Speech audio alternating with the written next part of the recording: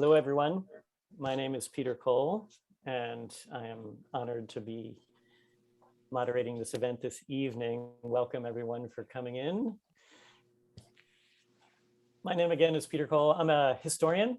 I actually have written about unions and dock workers and race relations, which is why Clarence Thomas invited me to join everyone today, and I'm again honored to do that. It's my pleasure to introduce this event this evening and to moderate the event as people start to get settled in. So, as far back as 1770 in Boston, Massachusetts, the very first person who died fighting in what now we call the American Revolution was a Black man. His name was Crispus Attucks, and he was a sailor. That began the long history of Black maritime and transport worker activism in the United States. In the early 1800s, Frederick Douglass, probably the most well-known Black man of the 19th century, freed himself from slavery. By escaping, he did so by stealing a small boat and taking it up the Chesapeake Bay to Delaware. As a child, he had apprenticed with a ship's caulker in Baltimore and had years of experience as a maritime worker. And many other people who were enslaved were helped by Black dock workers and sailors on their journeys to freedom.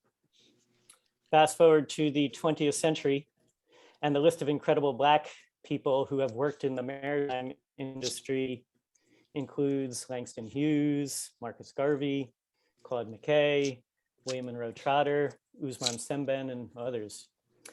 My personal favorite Black maritime worker was a longshoreman named Ben Fletcher. Ben Fletcher was born and raised in Philadelphia in the late 1800s. He joined the revolutionary union called the Industrial Workers of the World in 1910, nicknamed the Wobblies, and he helped found a union called Local 8, which was probably the most effective, militant, and radical union of its era, with approximately 1/3 of its members being African-American, 1/3 Irish and Irish-American, and 1/3 other European immigrants. After the government crushed the IWW, the first target of the Red Scare, the ILWU took the reins in the 1930s. In 1934, during what was called the Big Strike, Harry Bridges, an Australian immigrant and San Francisco Longshore rank and file activist, made a personal appeal to a man named C.L. Dellums. C.L. Dellums was a labor union leader in the Brotherhood of Sleeping Car Porters and based in Oakland, California, and probably the most important Black union leader in the West in that time. Harry Bridges specifically reached out to Dellums because Bridges understood that the strike needed the support of the Black community in order to be successful. In exchange for Dellums and the Black community support in the Big Strike of 1934, Bridges promised that Black workers would be treated fairly and equally in that West Coast Union. While perhaps 99% of the members of the San Francisco Longshore Union in the 1930s were white, they welcomed African Americans into that union. And then during World War II, a large number of African Americans started to enter the workforce. Some of the first generation of Black leaders in the ILWU, including Local 10, the San Francisco Bay Area local, included Albert James, Johnny Walker, and Bill Chester. They were followed by the likes of people like Cleophas Williams and Leo Robinson, who later were followed by people like Clarence Thomas, who helped bring along other African Americans and Black workers in the union like Trent Willis and Gabriel Prawl. We're here tonight to discuss these and other matters, especially related to the new book called Mobilizing in Our Own Name, Million Worker March, edited by Clarence Thomas, who's joining us tonight. That book includes abridged articles, reports from conferences and meetings, endorsers and interviews from the union's newspaper, The Dispatcher, as well as other newspapers like The Organizer and Workers' World.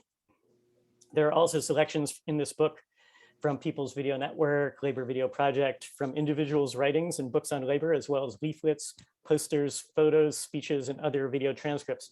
There's really no other book like it because it brings together all these very rare documents, some actually quite old, into a single beautiful book. I'm honored that a few things I've written are included there too. Through these documents, the story is also told of the Million Worker March and Movement of 2004, all of the panelists who were involved in organizing that event. And the book is divided into chapters based on the political movement and currents that the Million Worker March was engaged in. And so with that short introduction. Let me introduce the panelists, the people who you're actually here to see tonight. I would call them an all-star lineup. And batting first, Clarence Thomas. Clarence is a third-generation member of the International Longshore and Warehouse Union, the ILWU. He was and still a member of Local 10 in the San Francisco Bay Area. And though now retired, he served as secretary treasurer and an executive board member of Local 10 numerous times. He played a leading role before he was in Local 10 in the historic strike of students at San Francisco State in 1969, the longest student strike in US history, and which resulted in the creation of the country's first school of ethnic studies, which still exists. He's led or been a part of a great many historical rank and file struggles and solidarity actions, including at the point of production. And Clarence Thomas has long championed the struggles of African Americans, the oppressed and the working class, both in the United States and outside. Gabriel Prall was elected president of ILWU Local 52 in Seattle in 2019. He was the first person of African descent to be elected to that position. Gabriel was born in Panama, and at the age of 15, he followed his parents to New York City, later dividing his time between New York and Seattle. He started working on the Seattle waterfront in 1994, where he joined ILWU Local 19, Longshore. He later transferred to the other major waterfront union in the ILWU in Seattle, Local 52, which are the Marine Clerks, where he served in multiple leadership positions before being elected president. He was on the Pacific Northwest Regional Coordinator for the Million Worker March, and currently he sits on the Washington State Labor Council Board and is president of the Seattle chapter of the A. Philip Randolph Institute. Chris Silvera is a Jamaican board trade unionist and secretary treasurer of Teamsters Local 808 in Long Island City, New York. He's the longest serving principal officer in the International Brotherhood of Teamsters, serving for 32 years and counting.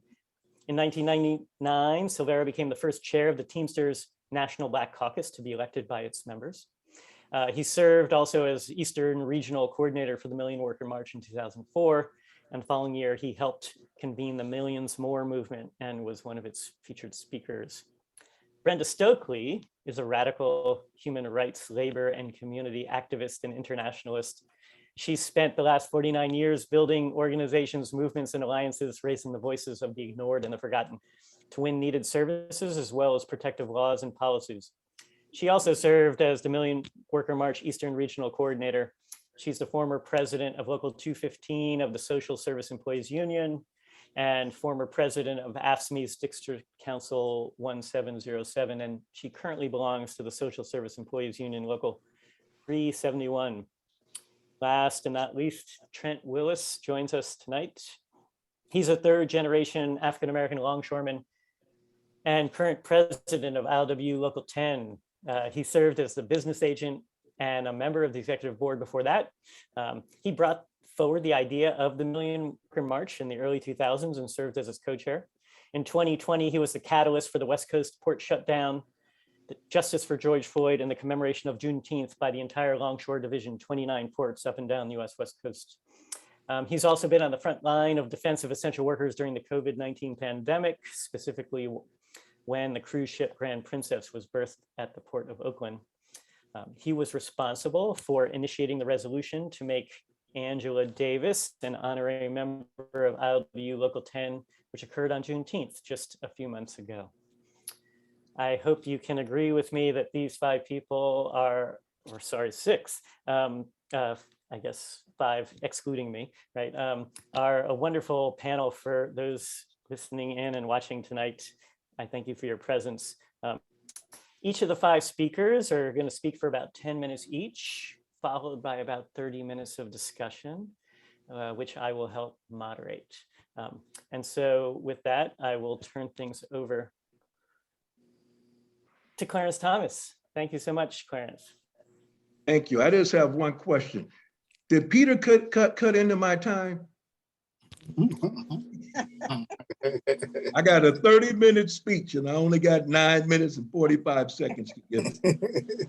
Let me first of all, because of my age, I'm gonna have to do my thank yous right now. I don't want to run out of time. First of all, solidarity greetings to everyone that is on this particular Zoom webinar. I would like to thank Andrew Hedden, the Associate Director of the Harry Bridges Center for Labor Studies at the University of Washington, for making this event possible. I also want to acknowledge Brother Gabriel Prall, past president of ILWU Local 52 of Seattle, for initiating the development of this webinar. We are honored to have the Harry Bridges Center for Labor Studies hosting this event.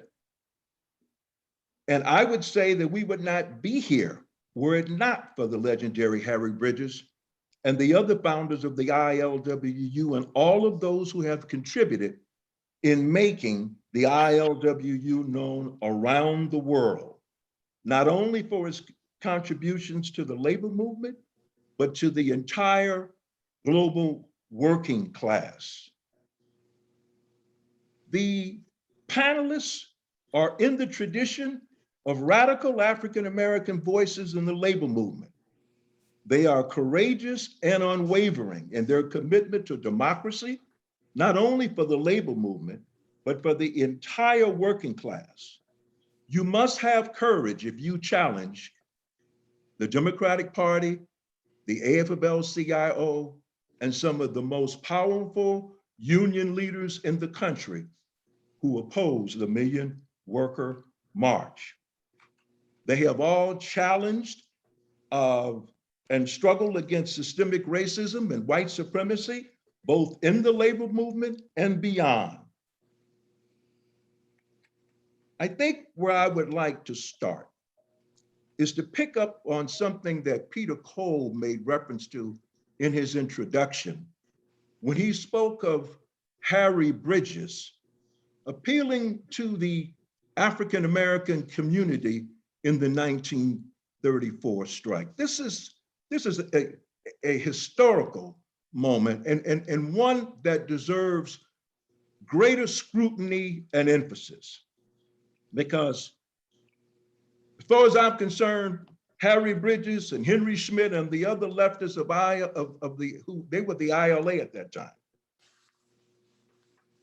They were demonstrating that Black Lives Matter in 1934. What I would like to do is to read from my commentary, which is Roman numeral 16.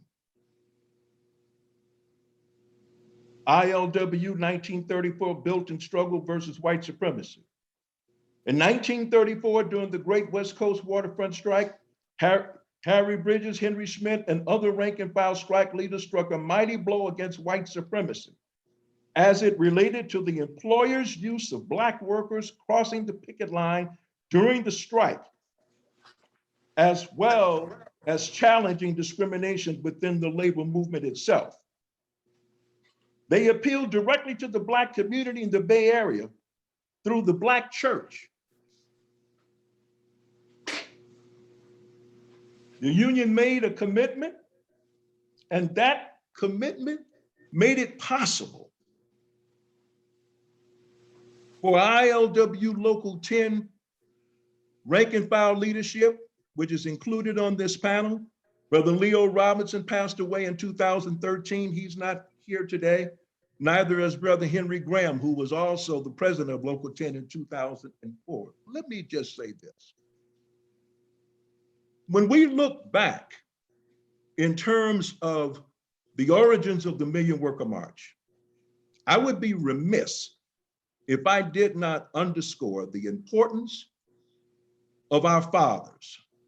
Trent Willis' father, A.G. Willis, came into the on the waterfront in 1963, known as Buster.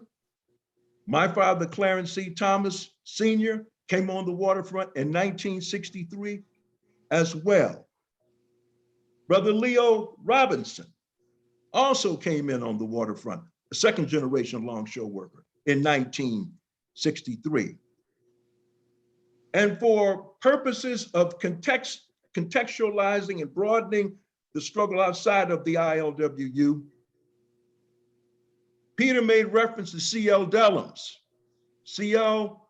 was the uncle of Ron Dellums, one of the most radical members ever to serve in Congress representing the Bay Area, East Bay.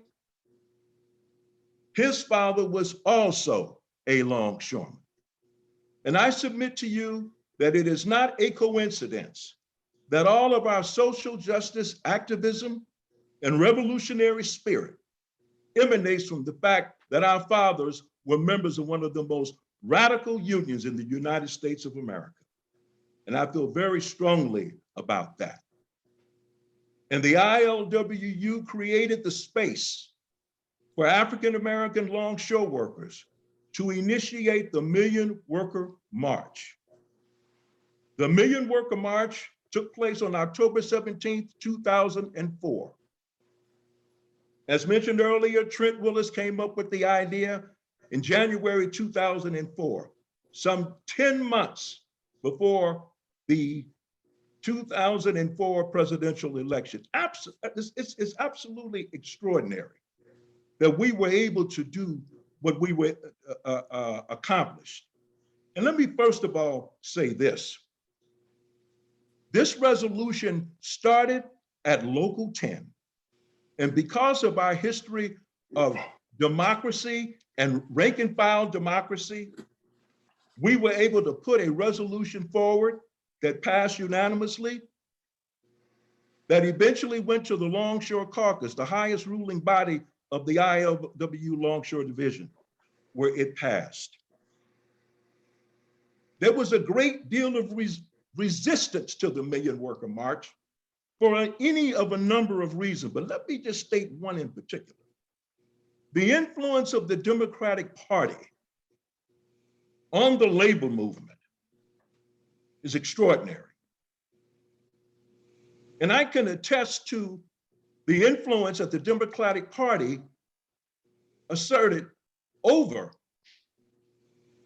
labor and the support of the Million Worker March, because at the Democratic Convention in Boston, Massachusetts in 2004, on the eve of that event, there was a historical meeting that took place at the home of Senator Edward Kennedy, where a number of the leading figures of labor assembled.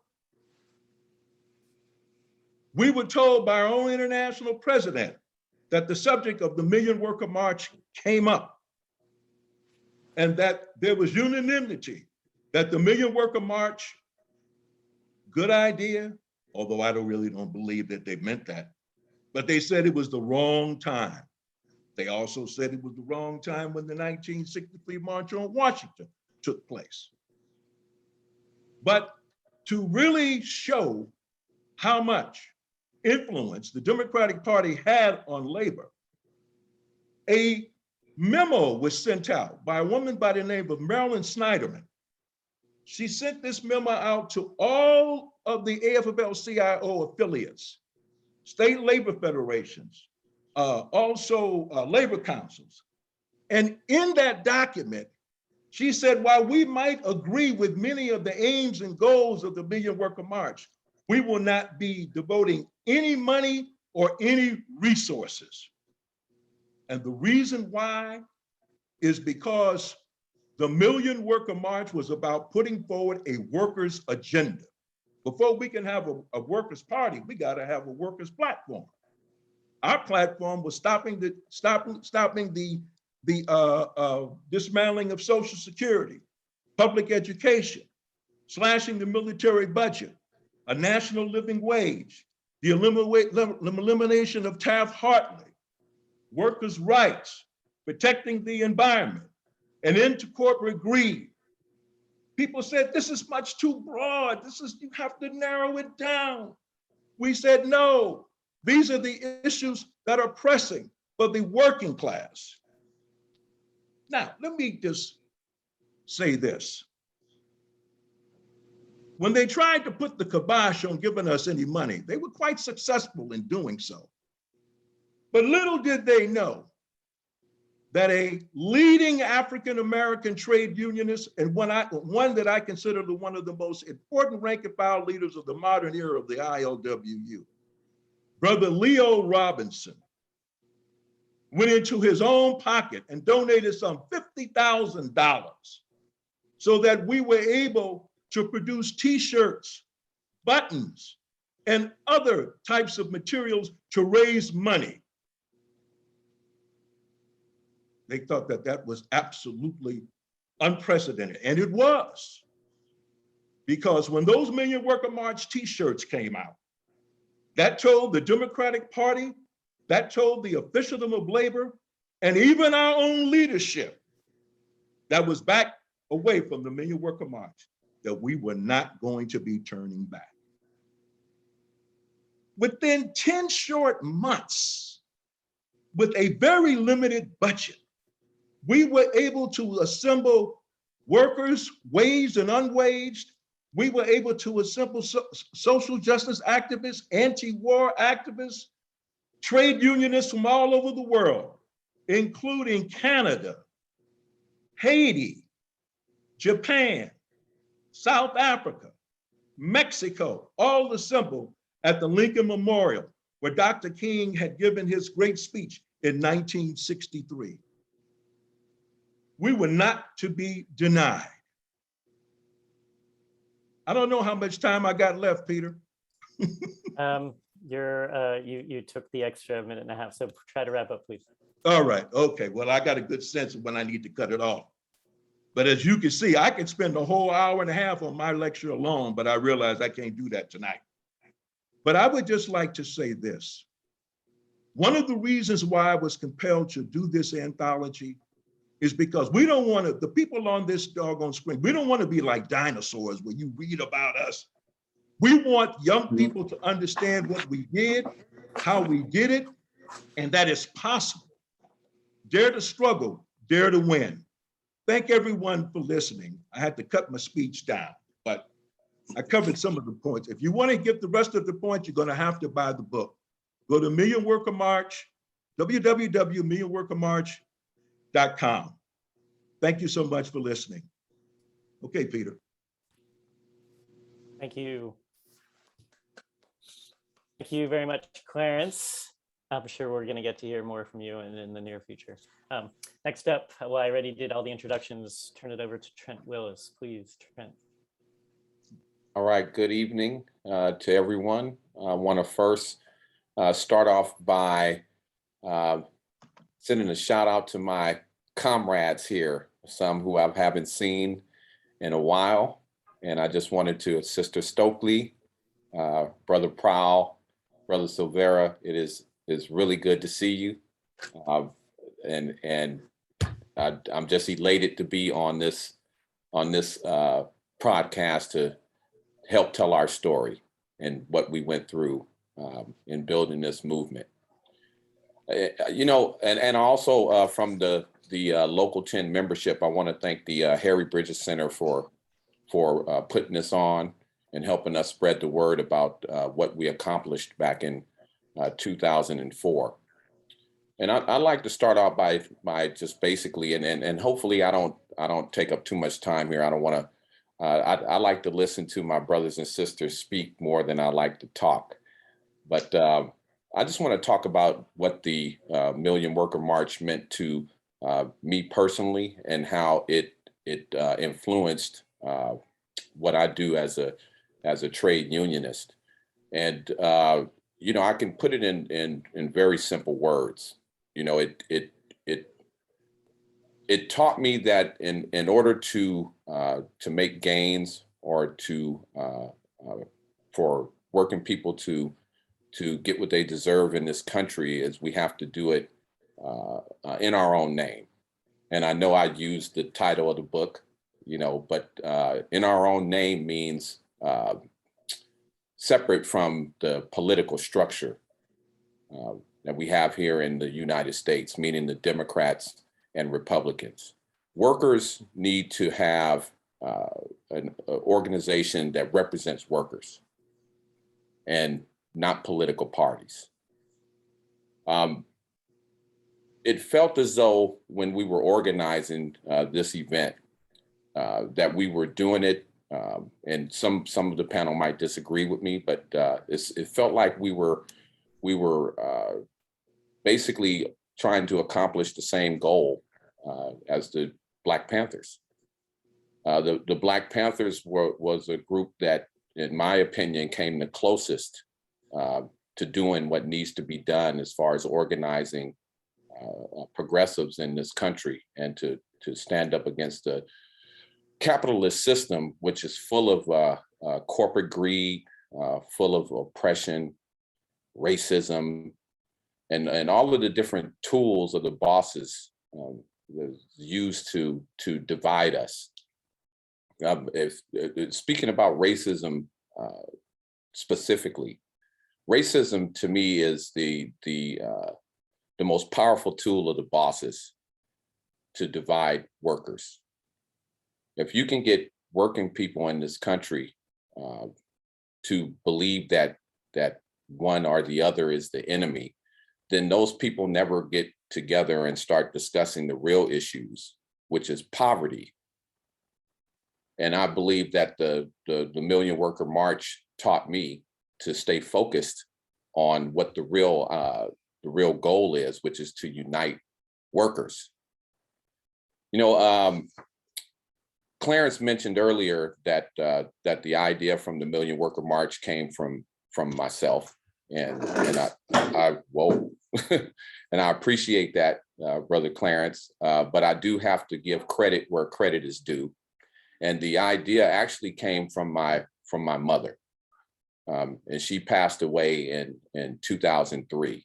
But I remember watching the Million Man March on CNN with my mother, and you know, we had a lot of discussion about it, and you know, we were talking, and she stated to me that it would be great, you know, if the working people in this country had a Million Worker March, you know, and that idea just, I mean, to that point I hadn't even thought of that, you know, but a light bulb went off in my head when she said that, you know, because even if you fast forward to current times, some of the same issues that we talked about back in 2004 because of the COVID-19 pandemic, we're starting to see come to the surface. You know, there are things that were in the dark that are really starting to be exposed here. So I wanted to clear that up. I know I was the one that called Brother Thomas with the idea a few years after my mom said that. But however, that idea did originate, you know, with my mom, you know. As far as how the Million Worker March shaped the my attitude towards being a trade unionist, is it definitely taught me that, you know, the Black man can't do it by himself. Okay. The Million Worker March reminded me of the history of the ILWU. It was in line with all of the principles of the ILWU. Brother Thomas mentioned earlier about the stance that the ILWU took in the 1930s, which at that time it was very unpopular to take a stance of defense for African American workers, even members of the LGBTQ community back in the 30s, Asian workers, workers all over the world. And there's only one way to combat global corporate greed, and that's for the other side to organize and combat it, which is the working class. I mean, I know that sounds, that's a simplified way of putting it. However, that's exactly what needs to be done. There was a reason why the US government went so hard against the Black Panther movement. And it was very clear. I just recently was able to see a movie called, I think it was Judas and the Black Messiah, and featuring the life of Fred Hampton, which the key moment in that movie that reminded me of what we were trying to do is when, Brother Chairman Hampton went to the right wing, pretty much racist. And, he was able to successfully get them to join forces with the Black Panthers, along with other ethnic groups to join the Black Panthers. And that's what made them strong. Well, if you look back in the ILWU's history, basically the same thing happened. The reason the ILWU became so strong is because we united with the front of a multiracial membership, and we made sure that our members understood that we, as far as the divisions in this country that we have to watch out for, that workers, all have the same, the same goals. And in order to reach those goals, working people have to reach them together. We can't allow to be separated and divided by what I call the isms, racism, sexism, whatever ism you want to throw in there to separate workers. It's a distraction from what actually needs to be talked. What needs to be spoken about. And that's the advancement and the betterment of the working class. The stronger the working class is, the stronger the country will be. But the corporate bosses and corporate greed is the enemy of that organizing. The Million Worker March taught me that one goal is the most important goal, and whatever we have to do to reach that goal and convince people that we have to work together to make our lives better is what we should do. And the Million Worker March hit the nail right on the head. By organizing workers all across the country and other countries. And we became a powerful force to be dealt with.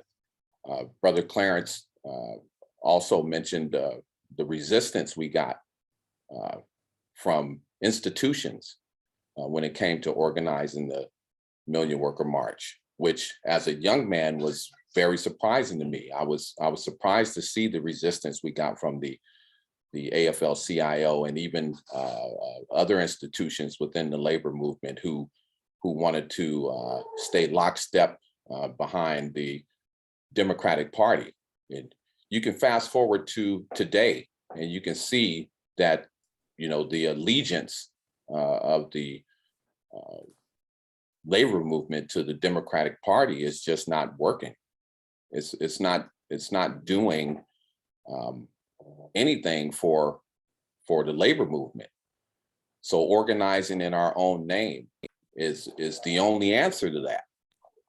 And I believe even though I was a young man back then and I didn't fully understand what we were doing, I was educated very quickly, and I learned, and even now that I look back, it's even had a more of an influence on me as I move forward in life now. Thank you, Trent. Maybe that's Okay. a good place to, sorry, we're trying to keep everyone close to time. Okay, well, thank you very much for having me here, and greetings and solidarity from the ILWU Local 10. Awesome. Thank you so much, Trent. Next up, our next speaker is Brenda Stokely. Please.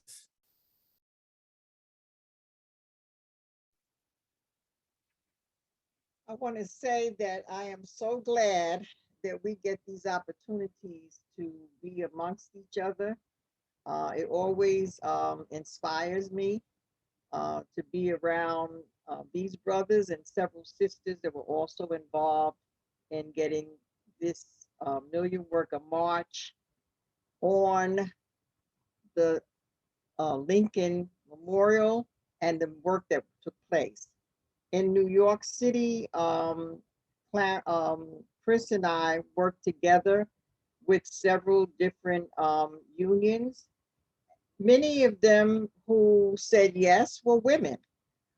Women leaders in their union, and also rank and file, especially the rank and file members of rank and file who were in unions that did not want them to go, and they defied them, and they said they were going. So we had to try to hustle to get a lot of buses. And I'm using that as an example of, we have only 7%, if I'm correct, of people organized in this country.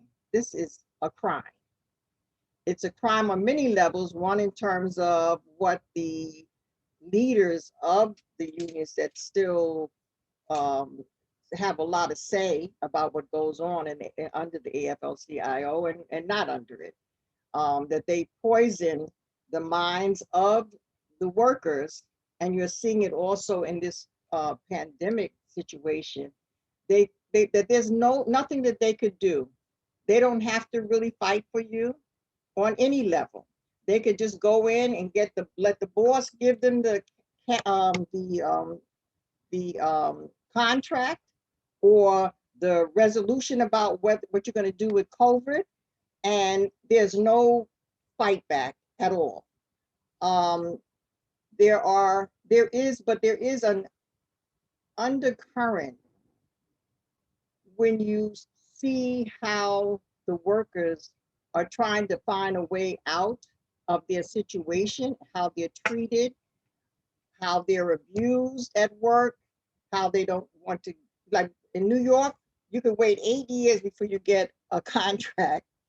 And that's, the people that I really respect is the SEIU that said 12 o'clock, we don't sign a contract, we're walking out of here.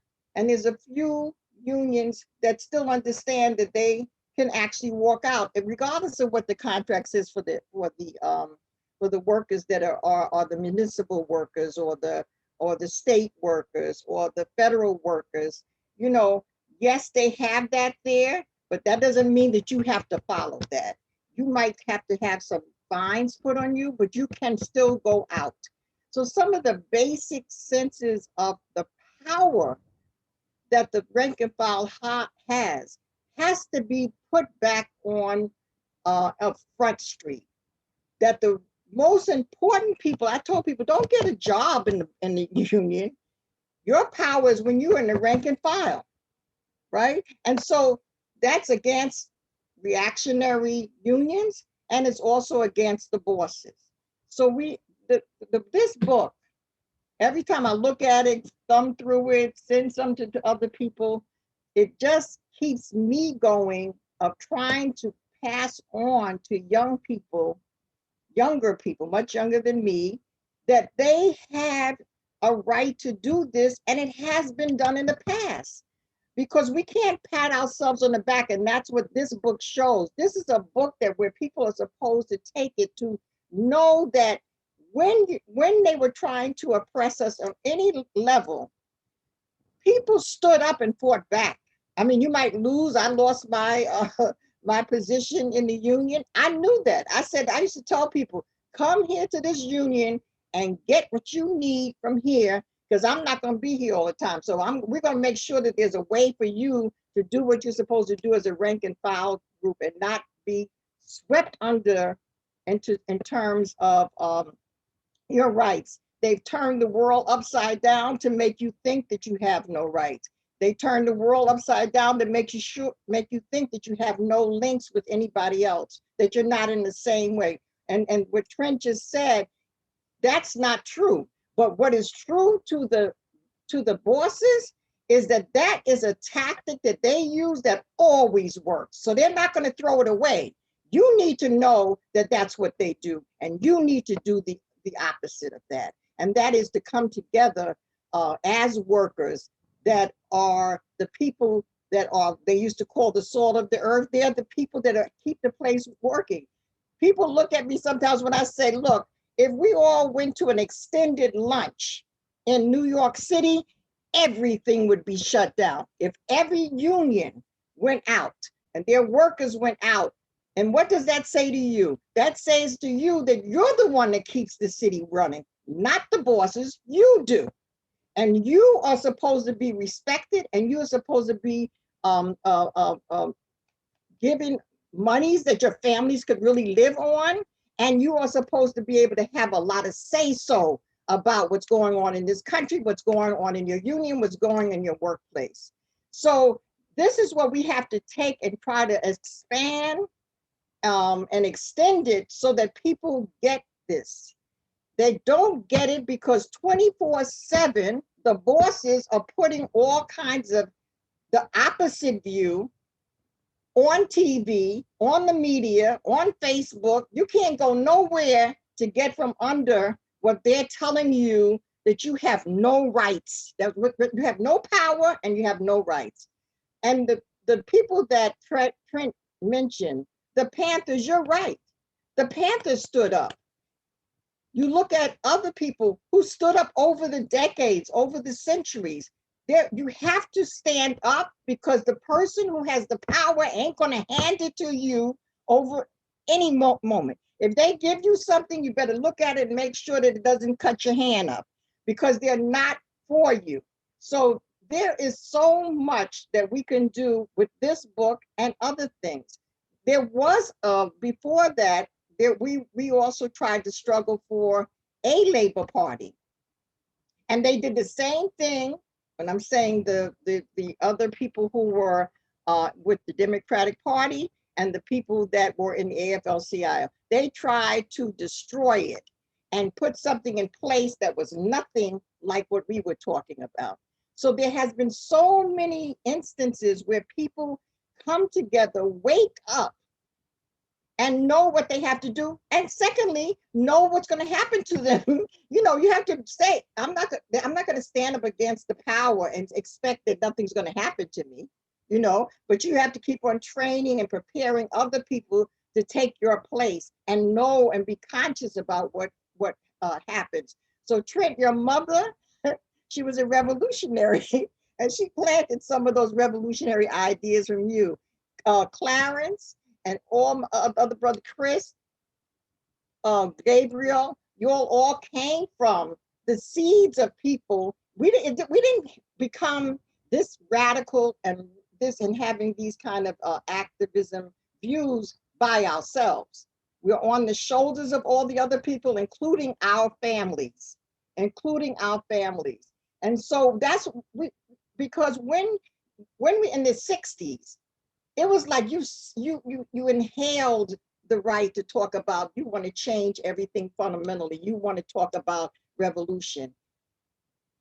Now people are afraid. Many people are still afraid to even use those terms, to even call the United States imperialists, to even say that our people should be going over to kill anybody in somebody else's. And that was another thing.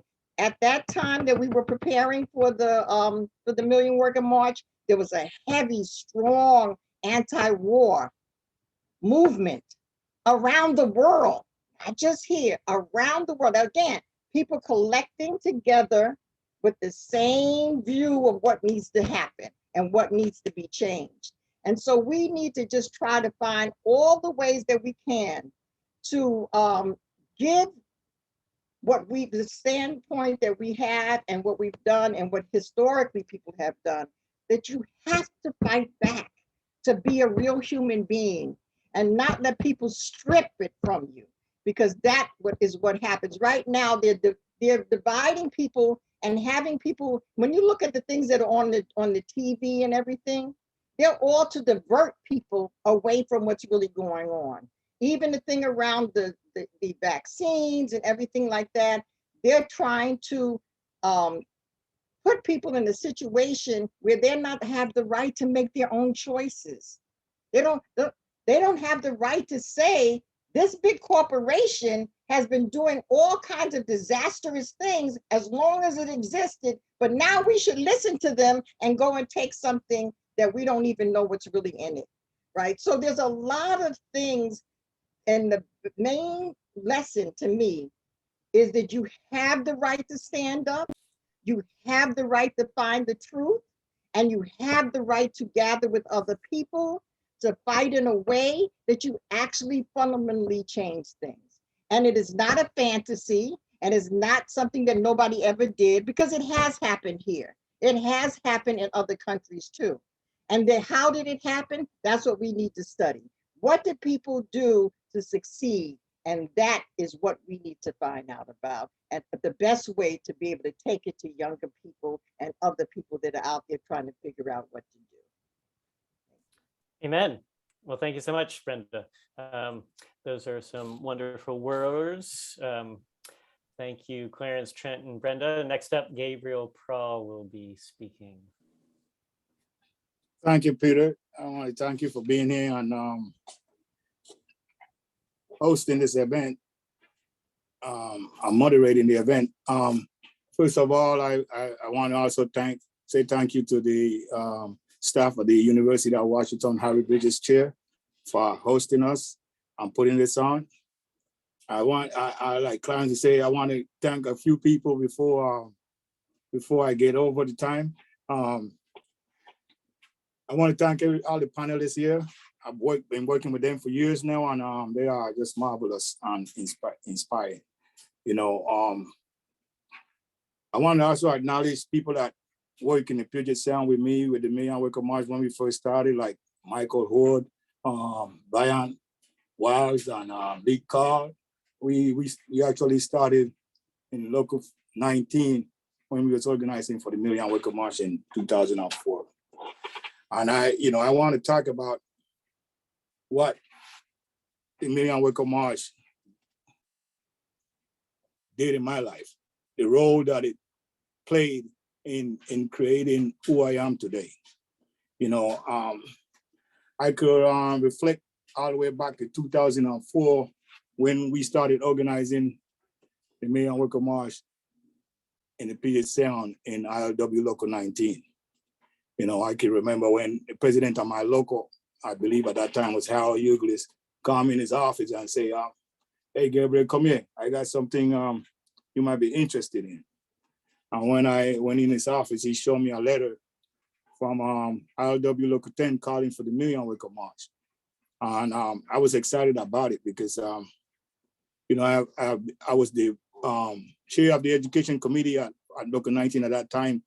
And I studied a lot of the history of the great action that Local 10 had done in the historical time of the ILWU.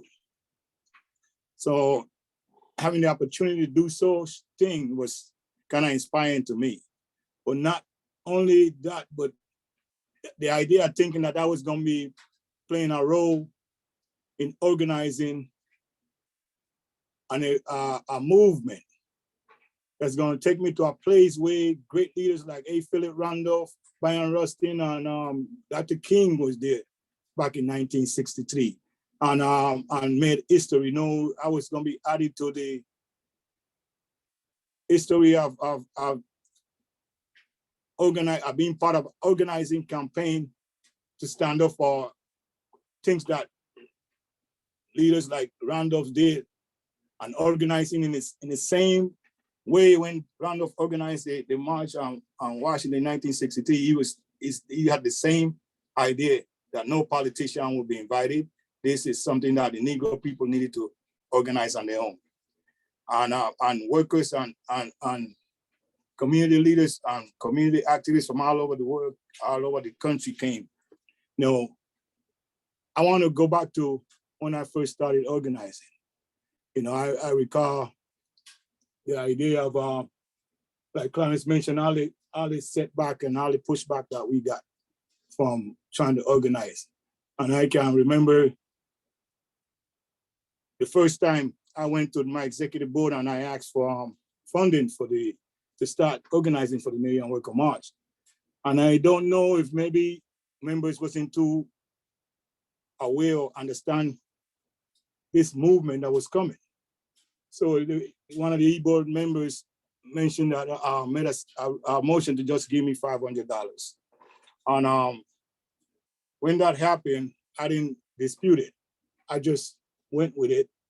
But I had made a very important man in the ILWU, and Clarence mentioned his name before, Leo Robinson.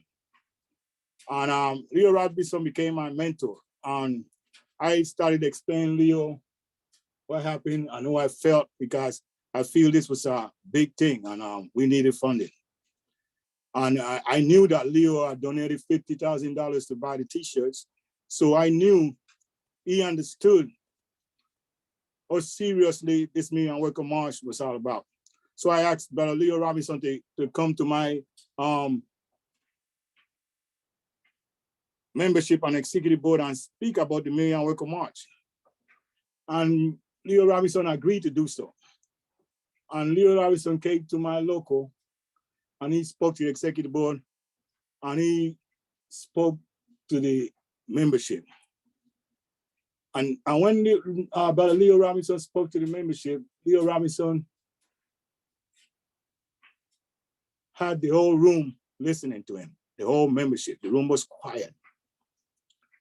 And at the end of Mr. Leo Robinson's speech, he stated that this Million Worker March is moving. And even if I wanted to stop it, I couldn't stop it. He received our overwhelming applause from the membership of Local 19. And there's a white member of my local stand up and state, I want to make a motion that we donate additional $5,000 to the Million Worker March. That was the moment that inspired me, because I learned to understand that once you give the people or the members a complete detailed information of what's going on, most of the time they will make the right decision. And from there on, that's when the door opened for me to continue working and moving the agenda of the Million Worker March and organizing in the Puget Sound. Now, I want to say that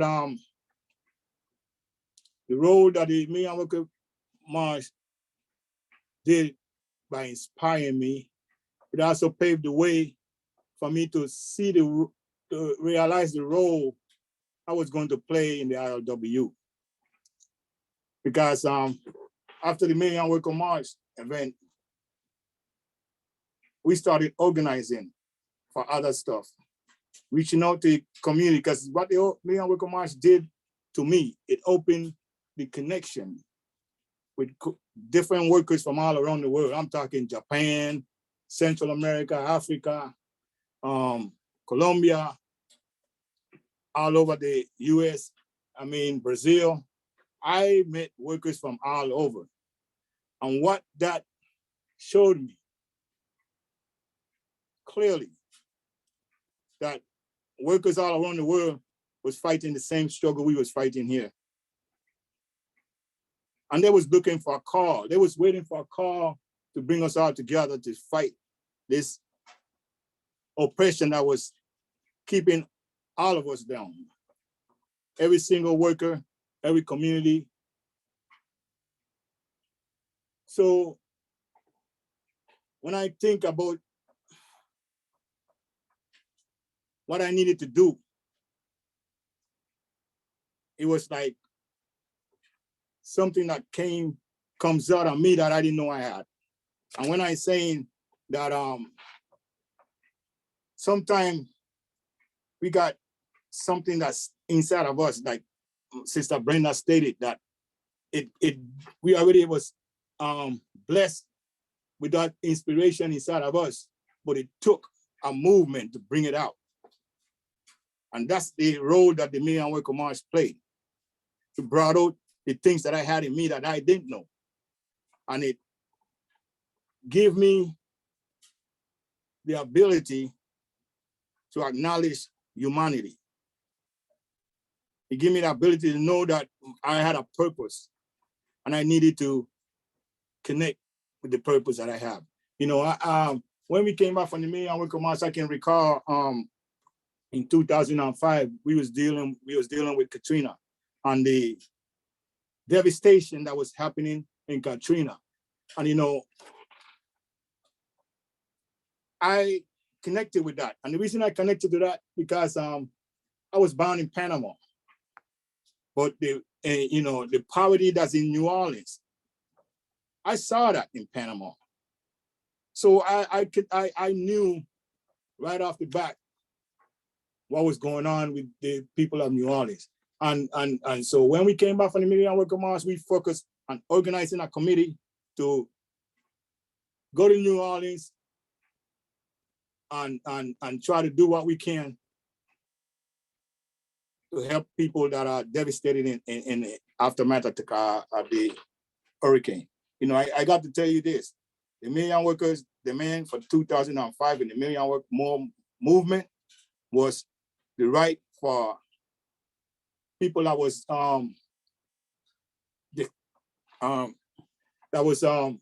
displaced by Katrina have the right to return. And that, I took that to heart, because when we came back, we was organizing, we was having containers fill our supply that we collected. We connected with organizations, labor councils, community organization groups. We was doing what we can to get supplies, building supplies to take to New Orleans to help people build back their house. One of the things I learned on the Million Worker March, even when I brought Leo Robinson, my union, we organized a committee of labor unions to go to New Orleans. And we had a Teamster, that was Gloria Boston from, I believe, 174. We had a brother from the IBEW, International Brotherhood, electrical workers, and that was Frederick Simmons. And we had Mike Wood from Local 19 and myself. Every single one of us was sent by our unions to New Orleans, because we was already organizing. We had a warehouse that I got loan from the port. We had forklift from one of the employees and few containers, and we was moving.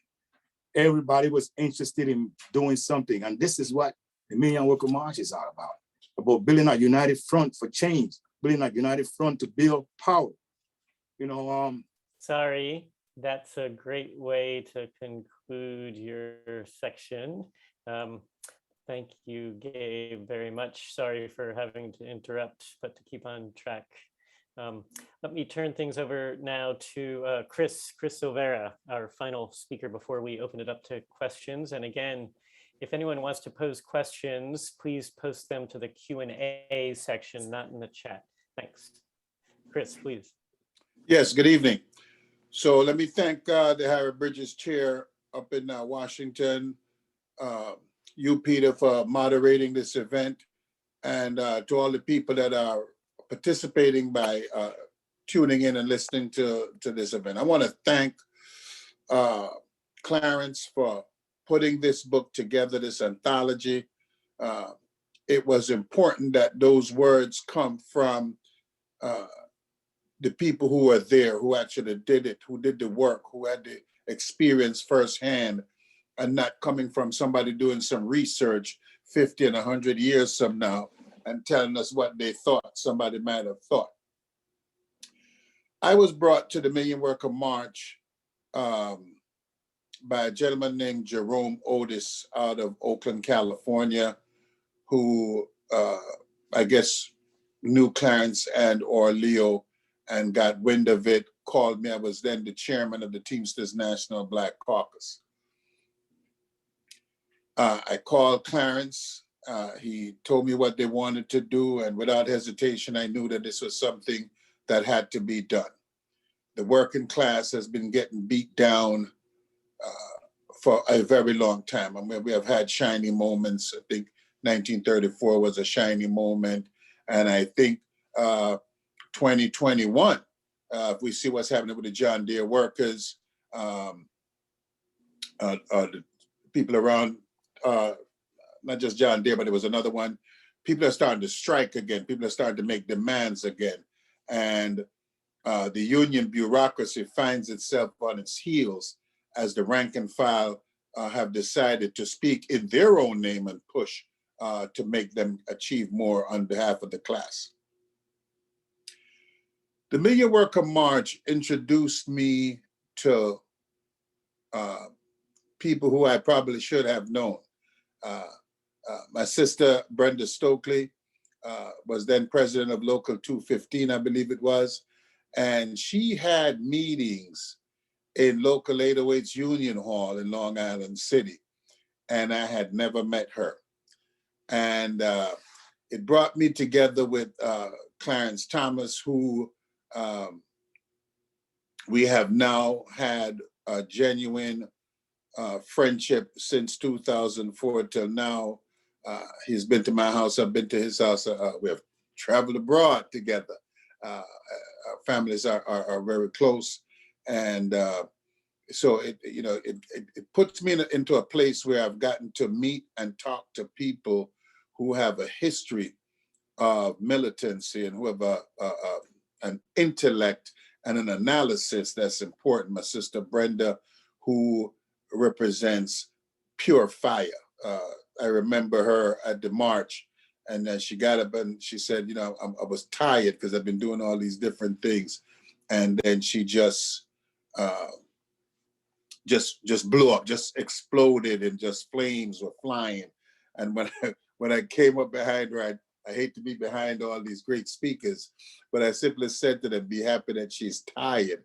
If not, we'd be storming the Capitol. I didn't know that some bunch of lunatics would have done that some years later.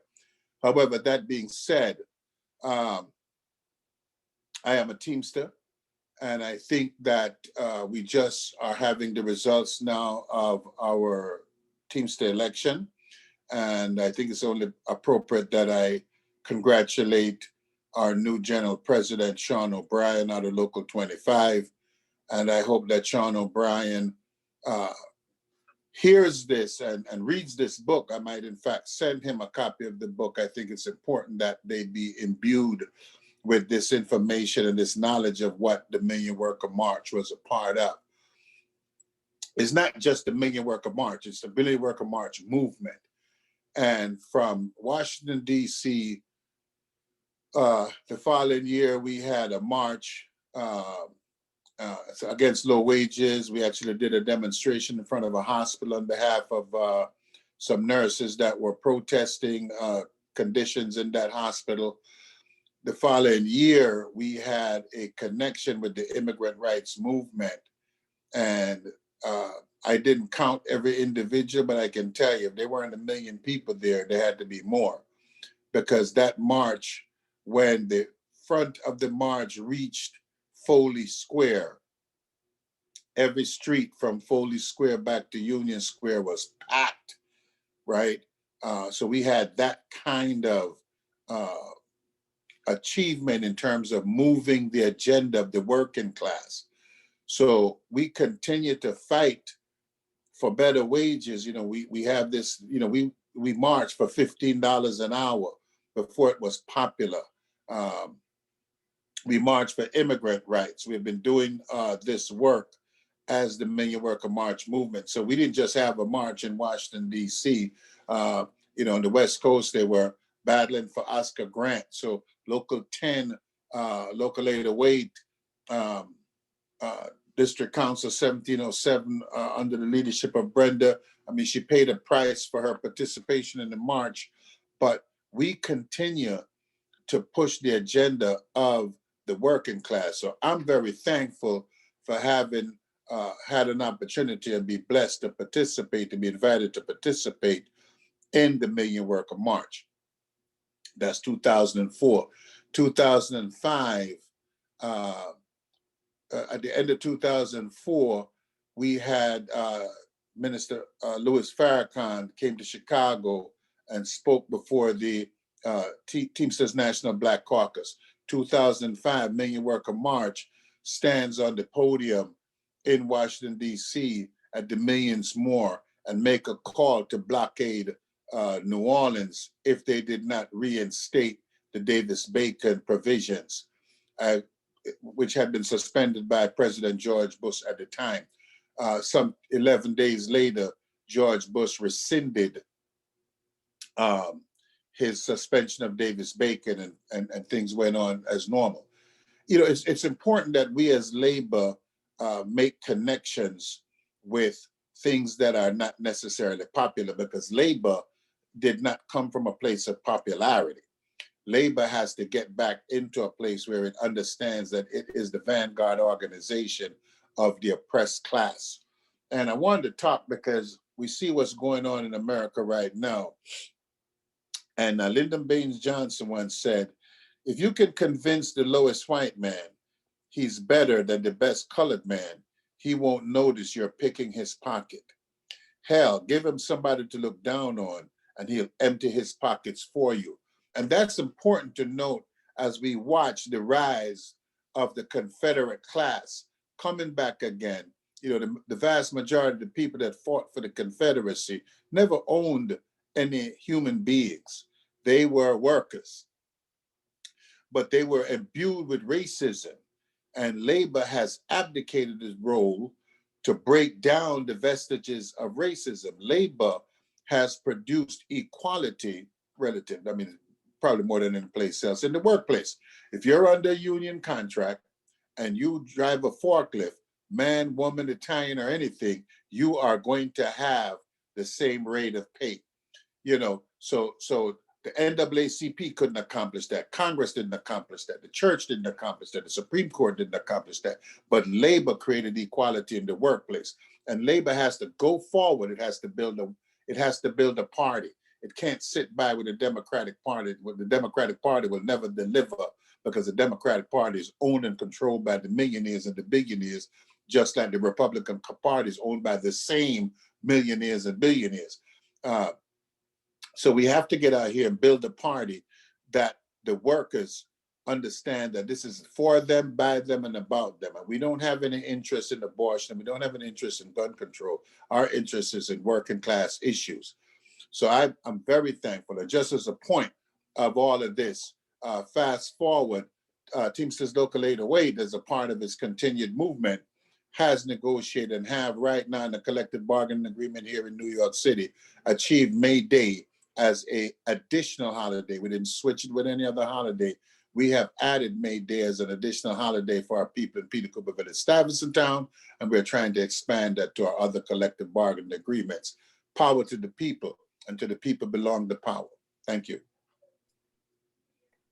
Awesome. Thank you so much for that, Chris. I'm a little speechless because we've had 5 wonderful speakers. Luckily, you don't have to hear me speak. If you ask some questions in the Q&A, then you won't have to hear me ask any. We've had 1 question so far. I've got a few in the back pocket just in case. So our question comes first from Kevin Allen. Thank you, Kevin. The question is, and I'll first address it to Clarence, but then if others on the panel wish to speak to it, you can raise your hand and I'll call on you. How can there be additional collaboration with non-trade unionists, specific allies like the Poor People's Campaign, which has been organizing across the United States, led in particular by Reverend Barber from North Carolina? Clarence, could you speak to that, please? Yes, even though I'm retired from the waterfront, I'm not retired from the struggle. I would say that one of the unique things about ILWU is that we can bring resolutions to the executive board, to our membership meetings. And I think that we also have a policy of welcoming people who are in need, who are in trouble. They can come, they can ask for permission to speak. One of the things that I would like to reflect on and state real quickly, and it was shown earlier when we had the graphics or the slideshow. So, quote from Harry Bridges. This is taken from the 1952 yearbook, Local 37. The closer rank and file workers get to the public, the more support the public will give to organized labor. For such close communication will make it apparent to those outside of our ranks that a community of interests lie between them. Every effort to split ranks of labor and to split the public, the majority of whom are workers themselves, must fail when people realize that what hurts organized labor hurts the unorganized and is dangerous to our class. We must all work at all times to place our case before the people.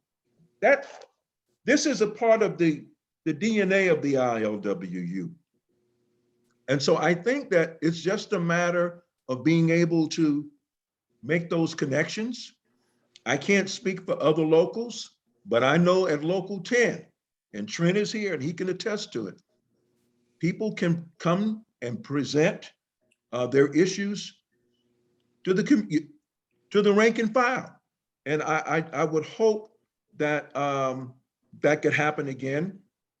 It's important for people to understand that in 1967, Dr. Reverend Martin Luther King Jr. was made an honorary member of our local. And one of the things that Dr. King said is that the same forces that are against the Negro freedom movement are also against labor. So we have a connection. So what needs to happen is that those particular issues need to be brought to the attention of the rank and file. That's my answer. Maybe Trent wants to elaborate. Sure, we'll give Trent a go, and then I've got a few more questions, and we'll let other people sort of speak to those other ones. Trent, please. Yeah, I just wanted to quickly state that just piggybacking off of what Brother Thomas spoke about, in 1967, the reason why Dr. Martin Luther King came to Local 10 was because they were in the midst of planning what was called the Poor People's March, which unfortunately in April of 1968, Brother Martin Luther King was assassinated, and that event never happened. But it does shine a light on the particular part of the question, whereas the motivators, which I want to call them, are the leaders of the labor movement. Some of these powerful organizations like the ILWU have to be receptive to people when they come to let our membership know what their struggles are and the things that working people are going through outside of our bargaining agreement. We have an understanding here that even though we're in our own separate labor organizations, that as a whole, working people in this country are by default in the same union, and that it only benefits all people when we fight for the best conditions and the best wages for workers, not only in this country, but all over the world, and not only wages, but also working conditions. You know, because when you tame one boss, you have to tame them all, because they're working together, which means that we as workers have to work together also to combat, what they're doing. Thank you. So our next question. So there's a section in the book on international solidarity. I very much want to revitalize unions and left-wing politics in the United States, but let me suggest that if there's a future for working class radicals, it's actually in Africa, Latin America, and Asia. How do we here in the United States lend support? Where's my hand? How do I had my hand up. Sorry. I had my hand up. I'm sorry, Chris. Did you wish to speak to the last I question? did. I did. Okay. So did I, Peter. Yeah. Okay. Please, Chris. So just so that people understand that, Reverend Barber marched in Washington, D.C. I was there. Local 808 was there. And Unite Here was there. There were some people from AFSCME there. What we have, the problem that we have is not sometimes that locals don't give money and what have you. We have yet to be able to mobilize the rank and file. Labor has not really gotten into a place where they really mobilize. Oh, they'll send a check for 10,000 or whatever it is. But to really mobilize members to begin to participate so that you can start to break down these vestiges of racism and divisionism, as if to say, well, I have a collective bargaining agreement, you don't, so I don't care about your issues. And labor has to come forward. So one of the things I'm hoping for is that with new leadership at the IBT, that those leaders are going to come forward and start to deal with the Poor People's Campaign, start to deal with things like voter suppression, start to deal with things like police brutality. We have got to speak to some very uneasy things. We have to speak about the Palestinian issue, right? We have to talk about this global war that's taking place that's causing the displacement of millions of people from their homeland that's traveling all over the world, just trying to find a safe place to raise their family. These are some of the things that labor has to confront and speak with. That's about it. Thank you. Brenda, please.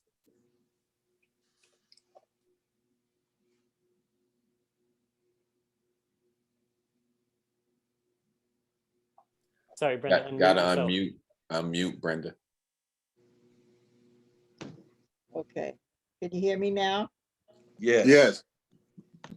First of all, we need to stop also putting people in silos. Anybody who doesn't have a trust fund, doesn't own a bank, doesn't have a whole bunch of money that they've stolen resources from people, they are part of the working class, whether they are unionized or not unionized. So there's an automatic marriage with that. Why would we keep people in silos, which then it keeps us divided, which is what the bosses want us to do. So all those people that are poor either did work at some point or would like to work. They weren't fired by themselves, and they didn't leave just by themselves, because most people know they have no other way. If I'm not working, where am I going to get any resources to feed my family, right? And so there are people that have been pushed down by the rich people to be down at the bottom, so that they'll get so desperate that they'll do anything rather than follow their own minds. So all along, there has been organizing among poor people when the people were still in the plantations, even after we were supposed to be gone, and they became so-called owners of the thing, but they were really being scammed and everything that they gave you, they took it out of your paycheck. Even then, those people weren't organized at first, but they became organized. And in the 60s, everybody was organized. If you were a mother about children, if you were a teacher, if you were on the streets, everybody began to see that they had to organize to fight for their rights in that particular issue, but not separate from other people. So, I mean, there's a lot of places, if we only have 7% of the people organized, there's a whole lot of workers who are not organized, but they're working. And so they're not in a trade union now, but they need to be in one. And so like even down in North Carolina, the Black Workers for Justice, they did a hell of a job of trying to organize down in that area where they don't want anybody to be organized. So I think we need to get the cobwebs out of our head, that came from the bosses, to see people so separate. And we're talking about this person, that person. It doesn't matter what you are, your gender, or anything else. You have to survive in this world. And there's only one way to do it right now until we change this whole thing around. So that we need to stop, like, well, what about me? What about this? What about that? What about all of us who will die here if we don't fight back? Thank you so much. I see that we're actually coming on close to time. Let me just ask one more question, and maybe I'll let anyone take it. Hey, Peter, I had my hands up. I know okay, Gabriel, please. What I want to say is, after the 4 panelists that spoke before me, one of the first lessons I want to share it will be that you don't have to walk alone anymore, and that's the message I want to send to people, because there are people, there are workers that are fighting the same struggle all around the world. A united front is what needed. a movement for us for a better world, for us to work together. When you think about 4.5 million people walk off the job or quit, what do you call that? That's a strike. That's a strike for better jobs, a strike for pension, a strike for healthcare, a strike for a better PPE, a strike for our future, and healthcare, things like that. I'm saying livable ways.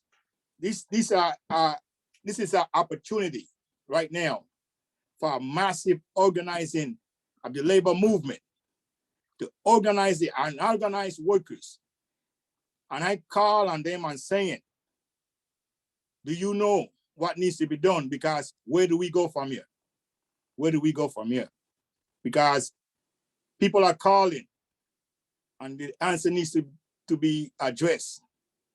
Massive organizing, a movement of workers, the unorganized, they're ready. And you know what? If we can do that, we can achieve the power that will take to control this political system in this country that been oppressing us and keeping us down from moving forward. Thank you. Thank you so much, Gabe. I appreciate that. You know, given time, maybe as far as where do we go from here, maybe we go back to Clarence and we give him the last word, or words plural, as you wish. And let me thank actually each of the panelists as well as the Harry Bridges Center for organizing this. This has been wonderful. But Clarence, please bring it home. All right. Let me just say this. This is a very important moment in our history with what we're looking at in this country right now. Racism, discrimination is a tool of the bosses. I cannot give up hope that we still can build working class unity despite the power of white supremacy and systemic racism. The white working class has to understand that if you vote for a Democrat or a right-wing fascist Republican, your situation is not going to change. However, history can repeat itself. I was a history major in school. Many empires have fallen.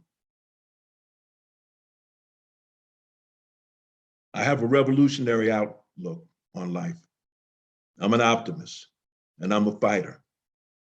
But we have to understand that white supremacy has to be challenged. You know, when these workers that have been on strike, when they're on strike, they have to organize amongst the multinational working class. That's a strike against white supremacy.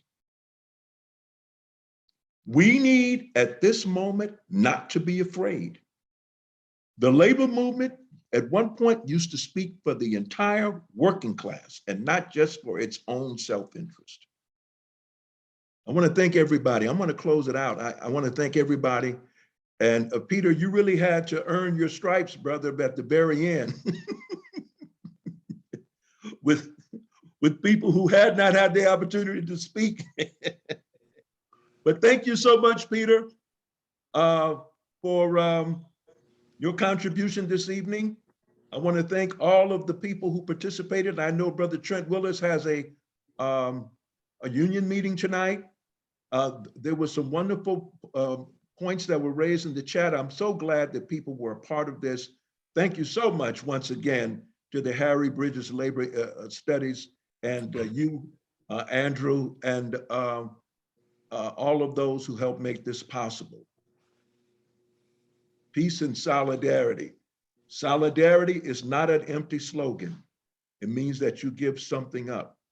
And we in the ILWU know something about international solidarity, whether it's working to defy apartheid in South Africa, whether or not it's shutting down all 29 ports on the West Coast to oppose the war in Iraq and Afghanistan on International Workers' Day during the midst of a contract negotiation, whether it is standing in solidarity with our sisters and brothers in Palestine, whether or not we are standing in solidarity with the community to stop the onslaught of racist policing in communities of color, the action that the ILWU took part on June 19, 2020, shutting down all 29 ports on the West Coast, including Canada, to stand up and to celebrate Juneteenth and to fight against systemic racism. So thank you so much for making this program possible tonight. And thanks for everyone across the country and who may be from the international community for tuning in this evening. An injury to one is an injury to all.